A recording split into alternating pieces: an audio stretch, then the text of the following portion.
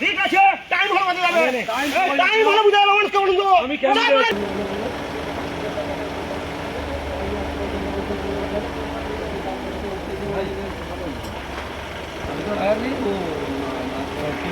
গাড়ি ছিল, আমি জিজ্ঞাসা করলাম, বলতে আমরা গেলাম না যাবো কোনটা বললাম।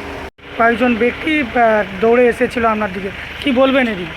এইটা হচ্ছে পরিকল্পনা করে, ভয় লাগছে ধরে ওদের ইচ্ছা ছিল এই বুথটাকে এজেন্টদেরকে বের করে দিয়ে রিগিং বা ছাপ্পা করবে, তো সেই জায়গাটা বারে বারে বাধা পড়ছে। ঘাটাল বিধানসভার বাড়িচ্চা 170 নম্বর বুথের 100 মিটারের ভিতরে তৃণমূলের জমায়েত।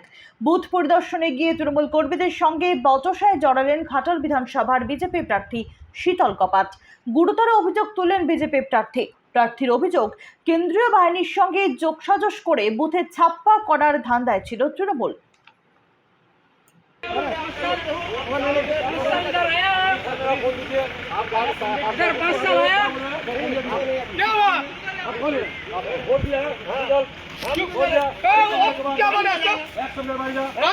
ঠিক আছে, টাইম হলো বলে যাবে, টাইম হলো বুঝাবে মানুষকে বলুন তো। আমি কেন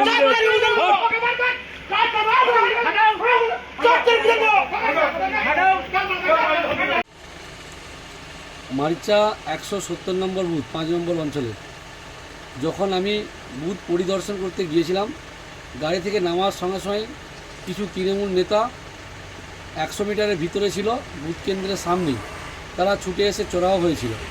ভেবেছিল হয়তো আমাকে ভয় দেখিয়ে বুথ থেকে বের করে দেবে, কারণ ওনাদের পরিকল্পনা ছিল সিআরপিএফ সঙ্গে গট-আপ করে এজেন্টদের বের করে দিয়ে বুথে ছাপ্পা ভোট করাবে।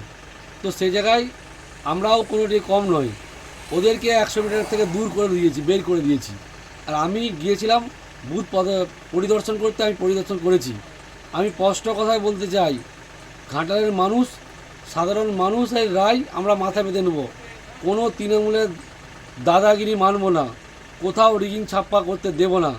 আর কোনো অফিসার যদি কোনো সিআরপিএফ কেন্দ্র বাহিনী মনে করে যে তারা শাসক দল তৃণমূলের সঙ্গে গট-আপ করে তৃণমূলকে বুথ ছেড়ে দিবে, ছাপ্পা রিগিং করার সুযোগ করে দিবে, আমরা দায়িত্ব নিয়ে বলছি সেই সমস্ত অফিসারদের দৃষ্টান্তমূলক শাস্তির ব্যবস্থা করব। আমরা অলরেডি 170 নম্বর বুথে নিয়ে আমরা অবজারভার থেকে শুরু করে নির্বাচন কমিশনারকে রিপোর্ট করেছি।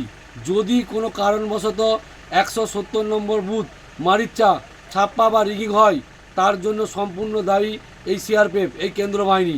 এই কেন্দ্র বাহিনীর দৃষ্টান্তমূলক শাস্তির ব্যবস্থা করব, আমরা ছাড়ব না। আবারও বলছি, মানুষের রায় আমরা মাথা বেঁধে নেব। তৃণমূলের দালালি, তৃণমূলের দাপাদাপি গুন্ডামি, ছাপ্পা রিগিং আমরা মানব না।